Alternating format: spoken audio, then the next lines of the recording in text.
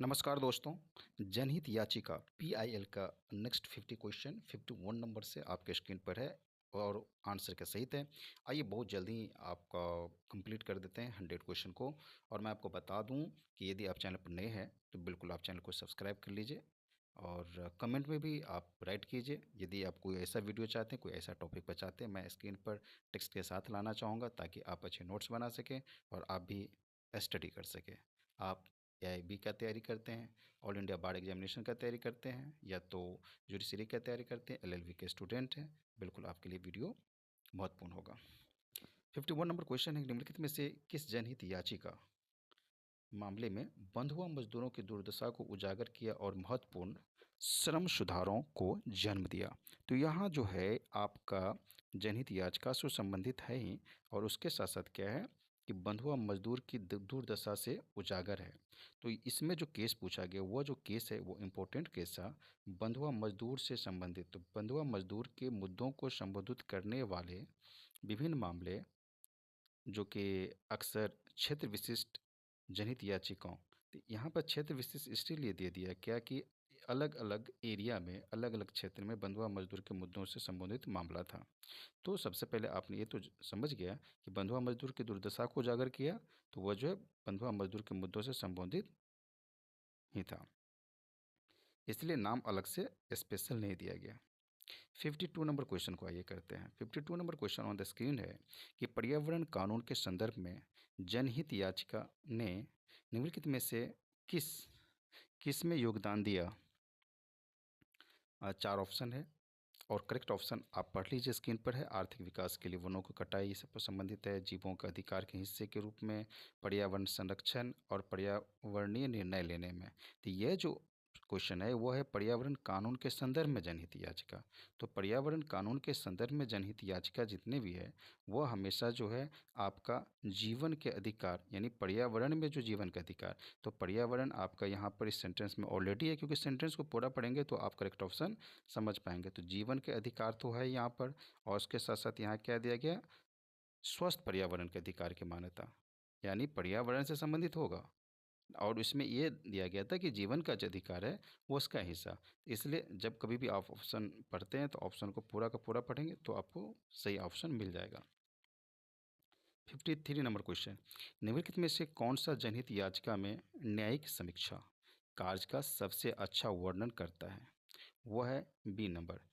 Actually constitutional जो provision है उसका उल्लंघन करने वाली विधायी और कार्यकारी शाखाओं के कार्यों की जांच करने और उन्हें अमान्य करने का न्यायपालिका का अधिकार, यही बताता है कि जनहित याचिका में न्यायिक समीक्षा, यानी बी नंबर आपका सही है। जैसे कि मैंने आपको बताया कि आपके स्क्रीन पर ऑप्शन भी है, आपके स्क्रीन पर आंसर भी है। ये आंसर और क्वेश्चन इसलिए दोनों एक साथ है ताकि आप इसका स्क्रीनशॉट ले सकें, आप इससे अच्छे से नोट्स बना सकें और आप अपने अकॉर्डिंग जो है उसे फास्ट भी देख सकते हैं और जल्दी से जल्दी तैयारी कर सकें। राइट, कम समय में ज़्यादा से ज़्यादा क्वेश्चन को अटेम्प्ट करना ही मुख्य उद्देश्य रहा है। जनहित याचिका मामलों में न्यायिक पालिका अक्सर विशेषज्ञ समितियों और स्वतंत्र एजेंसियों पर निर्भर करती है। इसका मुख्य उद्देश्य क्या है?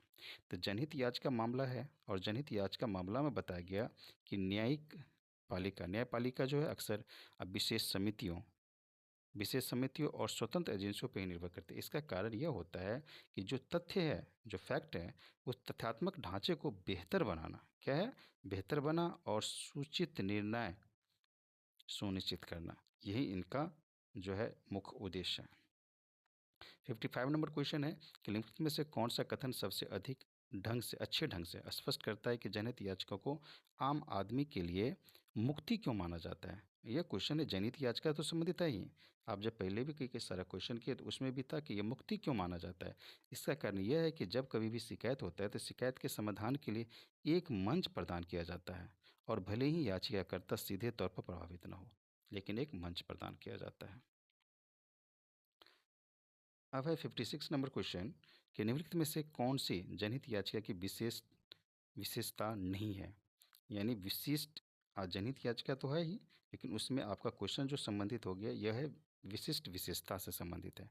तो विशिष्ट विशेषता से संबंधित पूछा गया और इसमें भी आपका यहाँ पर जो दिया गया वो है नहीं है। तो उसे गौर से आप पढ़ें कि ये चार जो ऑप्शन है वो कौन कौन सा है। वो है शिथिल प्रक्रियात्मक मानदंड, सार्वजनिक हित की व्यापक व्याख्या, प्रत्यक्ष व्यक्तिगत क्षति की सख्त आवश्यकता, रीट क्षेत्राधिकार का उपयोग। तो उसमें जो है वो होगा सी, प्रत्यक्ष व्यक्तिगत क्षति की सख्त आवश्यकता, सी इसमें करेक्ट ऑप्शन हो गया आपका सी।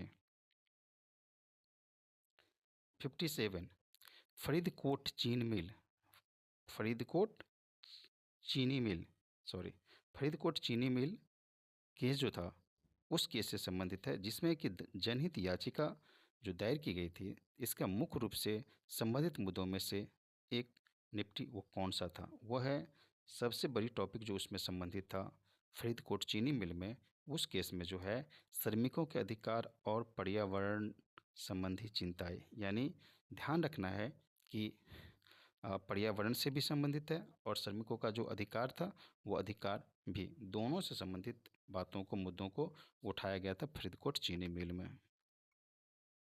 58 नंबर क्वेश्चन है कि सामाजिक कार्रवाई, मुकदमेबाजी शब्द का प्रयोग अक्सर जनहित याचिका के साथ किया जाता है, क्योंकि आखिर क्यों किया जाता है उस शब्द का प्रयोग जो कि सामाजिक कार्रवाई मुकदमे होता है। और जब कभी भी हम जनहित याचिका की बात करते हैं, यानी आप भी जानते हैं कि जब कभी भी हम पीएल की बात करते हैं तो पीएल एक पर्टिकुलर एक पर्सन को व्यक्तिगत रूप से ही लाभ पहुंचाने या उनके हक दिलाने के लिए, उनका अधिकार दिलाने के लिए ही नहीं किया जाता है, बल्कि नाम ही जैसा है कि पब्लिक इंटरेस्ट लिटिगेशन, तो बिल्कुल बिल्कुल वो ऐसा होता है कि जनहित में, यानी बहुत सारे लोगों के हित में ये किया जाता है। तो बहुत सारे हित में किया जाता है, यही शब्द यहाँ पर दिया गया है कि सामाजिक कार्रवाई मुकदमे बाजी का क्यों प्रयोग किया जाता है, क्योंकि जब कभी भी इस तरह के पीआईएल फाइल की जाती है, याचिका दायर की जाती है, तो दोनों जो होता है वो होता है सामाजिक अन्याय को दूर करने और सामाजिक अधिकारों की रक्षा करने, यानी अन्याय को दूर भी करना है और क्या करना है, जो वंचित है उनका सार्वजनिक अधिकार भी मिल जाता है, के उपकरण से रूप में काम करता है। राइट। 59 नंबर क्वेश्चन है कि जनहित याचिका के संदर्भ में राजनीति के निर्देशन सिद्धांत है, वो कौन कौन सा है राजनीतिक सिद्धांत? यहाँ पर जो क्वेश्चन है वो जनहित याचिका तो है, और इसके संदर्भ में क्या हो गया, राजनीति के निर्देशक सिद्धांत, तो वो हो गया बी नंबर, यानी दिशा निर्देश जो राज्य कार्रवाई के लिए न्यायिक निर्देशों को प्रेरित करते हैं। नेक्स्ट नंबर है 60 नंबर क्वेश्चन कि जनहित याचिका में न्याय तक पहुंच, जनहित याचिका में न्याय तक पहुंच के सिद्धांत का उद्देश्य यह सुनिश्चित करना है। अब है कि सुनिश्चित क्या करता है, सुनिश्चित से संबंधित है बी नंबर, कि यह वित्तीय स्थिति के बावजूद समाज के सभी वर्गों के लिए कानूनी उपाय उपलब्ध है। कोई ऑप्शन है, करेक्ट ऑप्शन इज बी। कुछ विधि विद्वानों द्वारा आलोचना के आधार पर निम्नलिखित में से कौन सा जनहित याचिका का संभावित नकारात्मक प्रभाव है? बी नंबर ऑप्शन है यहाँ पर, इससे नीति निर्माण के क्षेत्र में न्यायपालिका का अतिक्रमण हो सकता है। 62 नंबर बहुत इंपॉर्टेंट क्वेश्चन है, वो है भोपाल गैस त्रासदी। आपको याद होगा कि जब भोपाल गैस त्रासदी हुआ था तो उसमें जो जनहित याचिका दायर की गई थी, क्योंकि वो बहुत सारे लोगों का एक साथ मजदूरों का जान चली गई और उनके परिवार में जो बचे हुए थे वह सवाल उससे जुड़ा हुआ था। तो जैसी भोपाल गैस त्रासदी की बात आती है तो उसमें जो जनहित याचिका एक ऐसा उदाहरण है जो कि जनहित याचिका का उपयोग बड़े पैमाने पर पर्यावरण, यानी वहाँ पर बहुत सालों तक वहाँ की जो पर्यावरण की जो स्थिति थी वह गंभीर मुद्दों से जुड़ी हुई थी और वह स्वास्थ्य को कहीं न कहीं पूरे अफेक्टेड करता था। तो यह मामला जिसमें जनहित याचिका का उपयोग बड़े पैमाने पर पर्यावरण और स्वास्थ्य मुद्दों को संबोधित करने के लिए किया गया।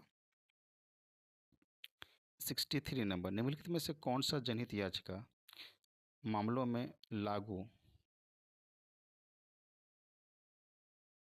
उपचारात्मक सार्वजनिक कानून का सबसे अच्छा वर्णन करता है?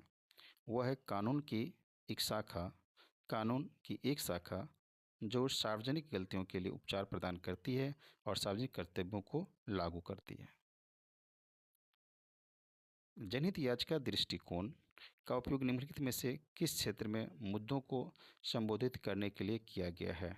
वह है पर्यावरण, शिक्षा, स्वास्थ्य और श्रम अधिकार। सबसे पहले आप श्रम अधिकार तो ध्यान रखें, और शिक्षा भी ध्यान रखें, और पर्यावरण भी ध्यान रखें, स्वास्थ्य आपको भी ध्यान रखना है। तो ये जो याचिका है, जनहित याचिका, इसका दृष्टिकोण जो है इस क्षेत्र में है। तो आपने ये जो टॉपिक देखा कि पर्यावरण, शिक्षा, स्वास्थ्य और श्रम अधिकार, तो श्रम अधिकार भी एक पर्टिकुलर पर्सन के लिए नहीं, बहुत सारे। स्वास्थ्य जो है वो भी जनहित में, एक नहीं कई लोगों के लिए। शिक्षा भी पूरा समाज और पूरा राज्य और पूरा देश के लिए होता है। पर्यावरण, पर्यावरण में एक लोग नहीं जीते हैं, कई सारे लोग जीते हैं, राइट। तो इससे कॉमन आपको पता चल गया कि मेन फोकस जो है वो एक नहीं बल्कि बहुत सारे लोगों के साथ जुड़ी हुई है। निम्नलिखित में से कौन सा जनहितैषी मुकदमेबाजी, जनहितैषी मुकदमेबाजी शब्द को सबसे अच्छे ढंग से दर्शाता है? तो यह है आपका समुदाय या समाज के व्यापक रूप में प्रभावित करने वाले मुद्दों को संबोधित करने के उद्देश्य से मुकदमेबाजी। C number is correct option.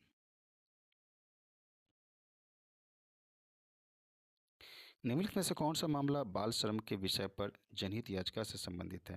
तो यहाँ पर जनहित की याचिका तो बताया गया और यहाँ पर बता दिया गया कि बाल श्रम के विषय से। तो जनहित याचिका में जो बाल श्रम वाला केस था, वो केस कौन सा है? वो केस है आपका, जैसे मैंने कई बार बोला कि बाल श्रम से संबंधित जो केस था वो अलग अलग एरिया में अलग अलग तरह का केस आ गया। तो विभिन्न गैर सरकारी संगठनों द्वारा दायर जनहित याचिकाओं के कारण, जिसके कारण बाल श्रम कानूनों का कड़ाई से पालन किया गया।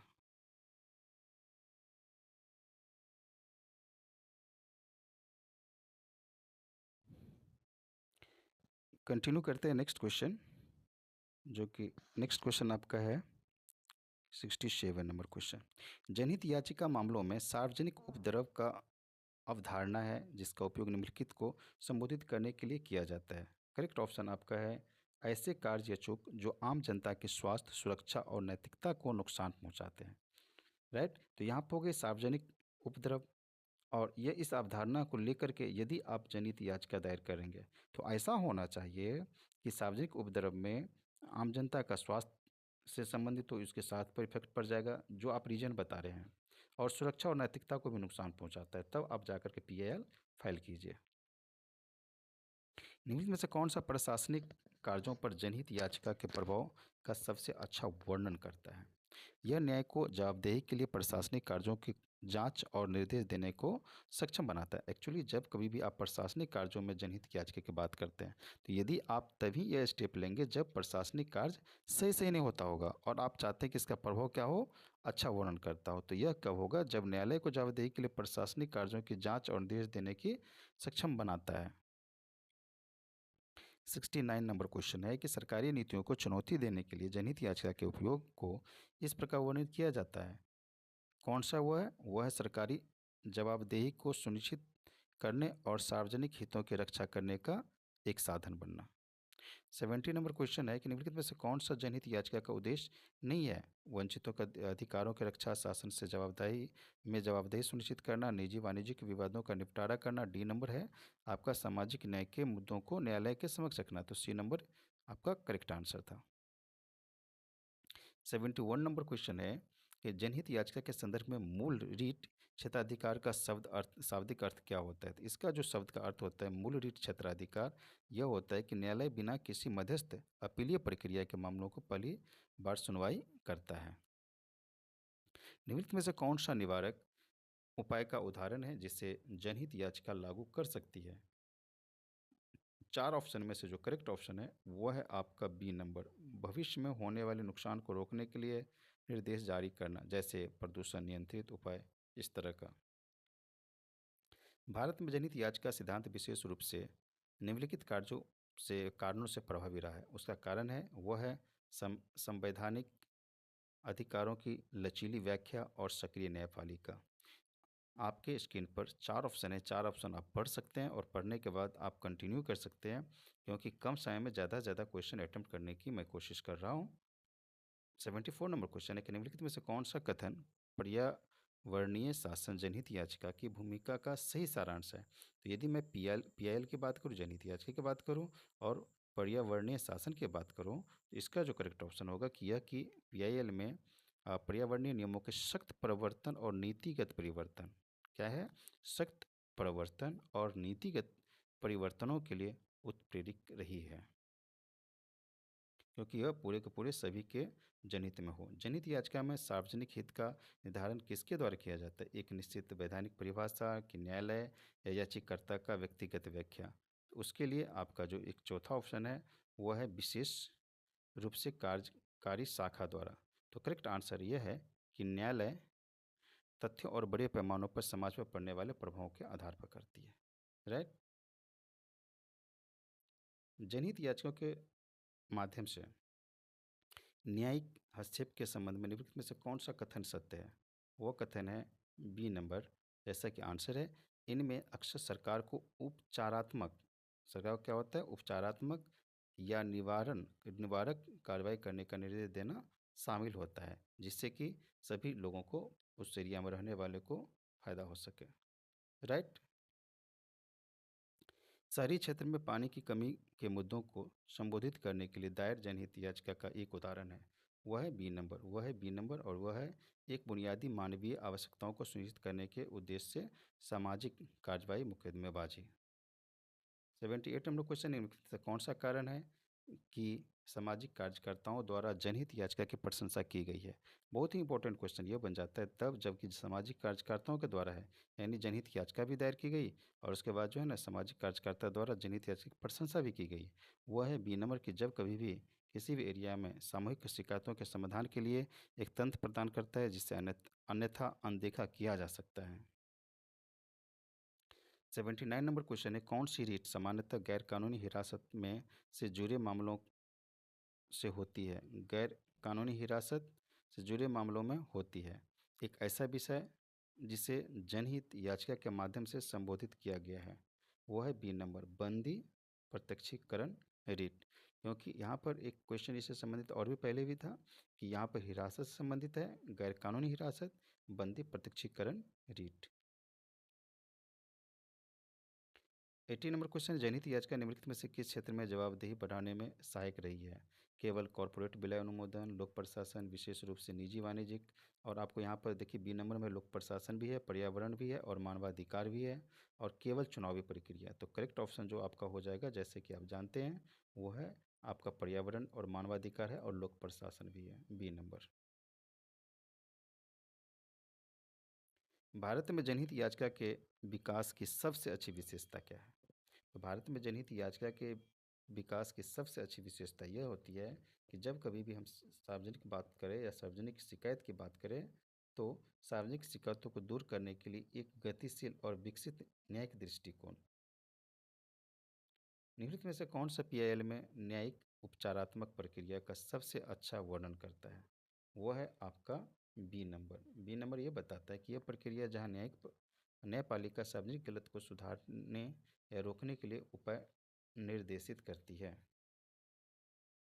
83 नंबर, भारत में जनहित याचिका तंत्र ने निम्नलिखित में से किसमें योगदान दिया है? बी नंबर, कानूनी प्रक्रिया में जनता की भागीदारी में वृद्धि।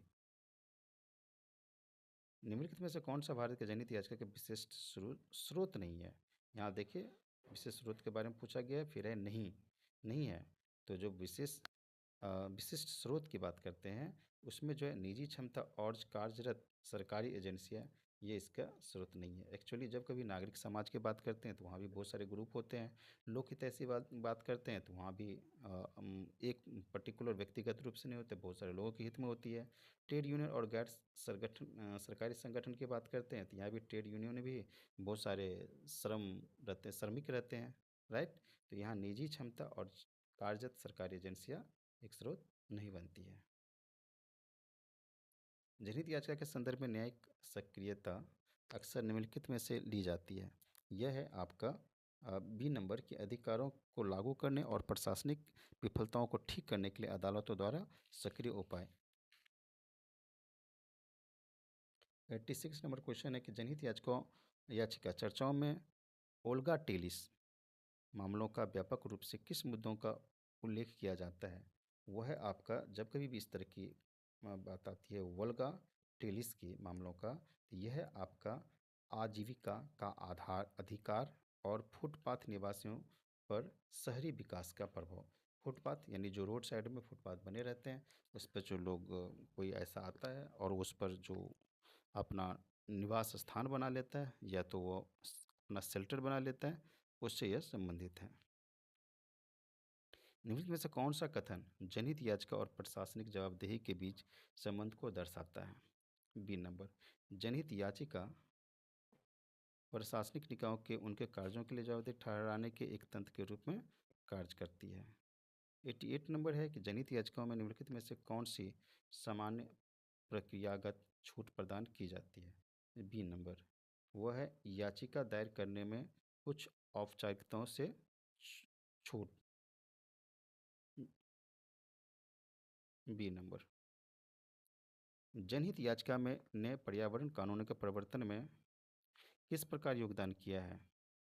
सबसे महत्वपूर्ण योगदान जो है जनहित याचिका का, वो है पर्यावरण कानून की बात करें तो प्रदूषण नियंत्रित उपाय, संरक्षण प्रयासों को लागू करना और अधिकारों को निर्देश देना, यानी बी इज करेक्ट। लोकतंत्र में जनहित याचिका दृष्टिकोण विशेष रूप से महत्वपूर्ण है क्योंकि यह क्या करती है, राज्य द्वारा सत्ता के दुरुपयोग पर एक अतिरिक्त जांच प्रदान करता है। 91 नंबर क्वेश्चन है, निम्नलिखित में से कौन सा कथन सामाजिक न्याय के एक साधन के रूप में जनहित याचिका के सार को अच्छी तरह से दर्शाता है? वह है बी नंबर, जनहित याचिका हाशिए पर पड़े समुदायों को व्यवस्थागत अन्याय के निवारण हेतु सशक्त बनाती है। यानी हाशिए पे जहाँ पर लोग ये दिखता है कि बहुत सारे लोगों को एक साथ हित नहीं मिल पाएगा, उनके हित की काम नहीं होता है, उस समुदाय को, उस ग्रुप को व्यवस्थागत अन्याय के निवारण, अन्याय से जो है उसको क्या करते हैं, सोल्यूशन मिल जाता है कि इसके साथ कोई अन्याय न हो, उन लोगों के साथ न हो, एक व्यक्तिगत रूप से नहीं। जनहित याचिका कार्यवाही में एमिकस क्यूरी की भूमिका, तो एमिकस क्यूरी ये आपका टॉपिक हो गया। और एमिकस क्यूरी की बात करते हैं तो ये बताता है कि स्वतंत्र कानूनी दृष्टिकोण से विशेषज्ञता प्रदान करने के लिए न्यायालय की सहायता करना, कि एक स्पेशलाइजेशन कैसे हो जाएगा, साइंटिफिक वे में डेवलप कैसे होगा। निम्नलिखित में से कौन सा एक सफल जनहित याचिका का सामान्य परिणाम है?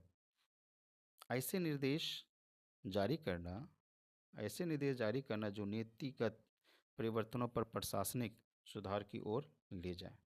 94 नंबर क्वेश्चन है कि कौन सी न्यायिक शक्ति न्यायालयों को उन प्रशासनिक निर्णयों को अमान्य करने की अनुमति देता है जो संवैधानिक प्रावधानों के विपरीत है, जैसा कि जनहित याचिका मामलों में प्रयोग किया जाता है? तो वह है आपका सी नंबर, न्यायिक समीक्षा। जनहित याचिका में तकनीकी प्रक्रियाओं को शिथिल करने की अदालतों की इच्छा का मुख्य उद्देश्य यह सुनिश्चित करना है, क्या सुनिश्चित करना है, इनका सुनिश्चित करना है कि न्याय तक व्यापक पहुंच और सार्वजनिक मुद्दों का समय पर समाधान। निम्न से कौन सा भारत में जनहित याचिका न्यायशास्त्र के विकास का सबसे अच्छा वर्णन करता है? वह है आपका बी नंबर। कम टाइम में आप फटाफट कीजिए क्वेश्चन, आप क्वेश्चन का ऑप्शन को पढ़ सकते हैं। बी नंबर बताता है एक्चुअली यह न्याय सक्रियता से संबंधित है, जब सामाजिक उभरते हुए समाज के मुद्दों को समाधान हेतु संवैधानिक अधिकारों के पुनर्व्याख्या के माध्यम से विकसित हुआ, तभी आप जानते हैं कि न्यायशास्त्र के विकास का सबसे अच्छा ही वर्णन करता है। यानी समाधान होना चाहिए और संवैधानिक अधिकारों की पुनर्व्याख्या के साथ साथ, और एक व्यक्ति को नहीं बल्कि एक ग्रुप को, एक समाज को। जनहित याचिका मामलों में अक्सर अदालतों की व्यक्तिगत अधिकारों को संतुलित करने का आवश्यकता होती है। वह है आपका बी, समाज और लोक कल्याण के व्यापक हितों के साथ। 98 नंबर, निम्नलिखित में से कौन शिक्षा के अधिकार को लागू करने के लिए करने में जनहित याचिका के सफल अनुप्रयोग को दर्शाता है? वह है आपका बी नंबर, एक जनहित याचिका जिसने राज्य को वंचित बच्चों के लिए गुणवत्तापूर्ण शिक्षा तथा पहुंच सुनिश्चित करने का निर्देश दिया। यह आलोचना कि जनहित याचिका न्यायिक अतिक्रमण का कारण बन सकती है, इस चिंता पर आधारित है कि ख न्यायालय विधायिका और कार्यपालिका के निर्णयों के स्थान पर अपना निर्णय दे सकते हैं, जिससे नीति में परिवर्तन हो सकता है। लास्ट क्वेश्चन है यह आपकी निष्कर्षतः निष्कर्ष बेस पर है। भारत में जनहित याचिका का प्राथमिक महत्व यह है कि क्या है, भारत की बात करें और जनहित याचिका की बात करें तो इसमें प्राथमिक महत्व क्या है? केवल सरकार को न्याय के हस्तक्षेप की अनुमति देता है? बी नंबर को देखिए, सार्वजनिक हित को प्रभावित करने वाले सामाजिक, पर्यावरणीय, प्रशासनिक। मैंने कई बार बोला कि जब कभी भी पीआईएल की बात करते हैं तो सार्वजनिक हित रहता है, पर्यावरणीय और प्रशासनिक मुद्दों को भी रहता है।